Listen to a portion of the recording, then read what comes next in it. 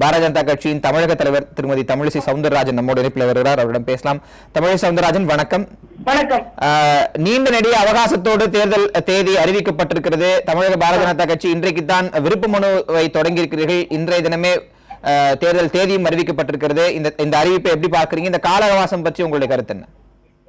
கால அவகாசம் தமிழகத்திற்கு ஒரே முறையில் ஒரே நாளில் தேர்தல் அறிவிக்கப்பட்டிருக்கிறது. புதிய தலைவர் அது மகிழ்ச்சியான ஒன்றுதான்.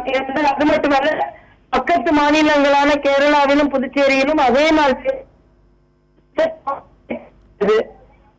அது மட்டுமல்ல, ஒரே நாள் தேர்தல் என்பது சில வகையான பிரச்சனைகளை நாம் தவிர்க்கலாம்.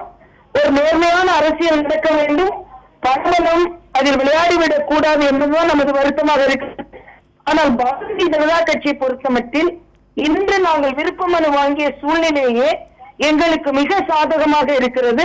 அபரிதமான தொண்டர்களின் ஆதரவு இருக்கிறது.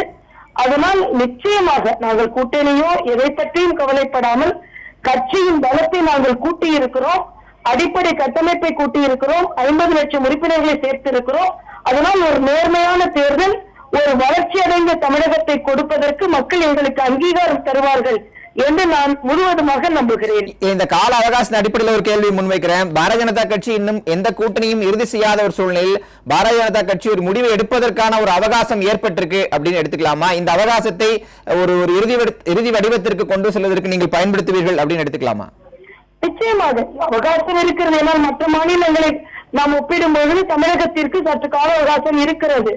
ஆனால் கூட்டணி என்று வரும்போது நாங்கள் பலத்தை கூட்டுவதற்கான கூட்டணியை தவிர நாங்கள் பலவீனமானவர்களாக இல்லை. அதனால் கால அவகாசம் இருப்பதனால் கூட்டணி அமைப்பதற்கு முழு முயற்சி செய்வோம். ஆனால் எது எப்படி இருந்தாலும் நாங்கள் எங்களது பலத்தை முழுமையாக தேர்தலில் சந்திப்பதற்கான எங்கள் ஆரம்ப கட்ட வேலைகளை நாங்கள் ஆரம்பித்து விட்டோம். சமீபத்தில் நடந்த அனைத்து கட்சி கூட்டங்களில் பாரதிய ஜனதா தரப்பில் பல்வேறு கோரிக்கைகள் வைக்கப்பட்டிருந்தன. அந்த கோரிக்கைகள் எல்லாம் ஏற்கப்பட்டிருக்கின்றனவா? ஏற்கப்படாத கோரிக்கைகள் எதுவும் தற்போது இருக்கா? இன்றைய செய்தியாளர் சந்திப்பில் பல புதிய திட்டங்களை தலைமை தேர்தல் ஆணையர் அறிவித்திருந்தார். உங்கள் கோரிக்கையில் என்னென்ன முன்வைக்கப்பட்டன, எவை ஏற்கப்பட்டிருக்கின்றன? அதாவது எங்களது கோரிக்கையில் முதலில் பணப்பட்டுவாடா தடை செய்யப்பட வேண்டும். இன்னும் சொல்ல போனால் ஆள்பலம் அதிகார பலம் அது விளையாடக்கூடாது. இன்னொன்று, படித்தவர்கள் அதிகமாக வாக்குச்சாவடிக்கு வந்து வாக்கு போடாததால் ஆன்லைன் ஓட்டிங்கை நீங்கள் பரிசீலிக்க வேண்டும் என்ற ஒரு முக்கியமான கோரிக்கையை நாங்கள் வைத்திருந்தோம். அதே போல வாக்காளர்களுக்கு பாதுகாப்பான ஒரு சூழ்நிலையை நீங்கள் ஏற்படுத்த வேண்டும். நம்பிக்கையோடு எல்லோரும் தேர்தலுக்கு வாக்களிக்க வர வேண்டும். சென்ற முறை வாக்களிக்க வந்தவர்களுக்கு சில வசதிகள் மிக குறைவாக இருந்தது. முதியவர்கள் எல்லாம் வரும்பொழுது அவர்களுக்கு வசதி செய்து கொடுக்கப்பட வேண்டும். இப்படி பல விதத்தில் நேர்மையான தேர்தல் நடைபெற வேண்டும் என்பதை நாங்கள் முழுவதுமாக சொல்லி இருந்தோம். தற்போது தேர்தல் ஆணையர் எதையெல்லாம் சொல்லி இருக்கிறார் என்று எனக்கு தெரியவில்லை. ஆனால் பண பட்டுவாடா தடுக்கப்பட்டாலே ஒரு நேர்மையான தேர்தலை நாம் சந்திக்க முடியும் என்ற எண்ணம் எங்களுக்கு இருக்கிறது. தற்போது தமிழக மக்கள் இனிமேல் ஏமாற மாட்டார்கள், மாறி இருப்பார்கள் என்ற நம்பிக்கையும் எங்களுக்கு இருக்கிறது.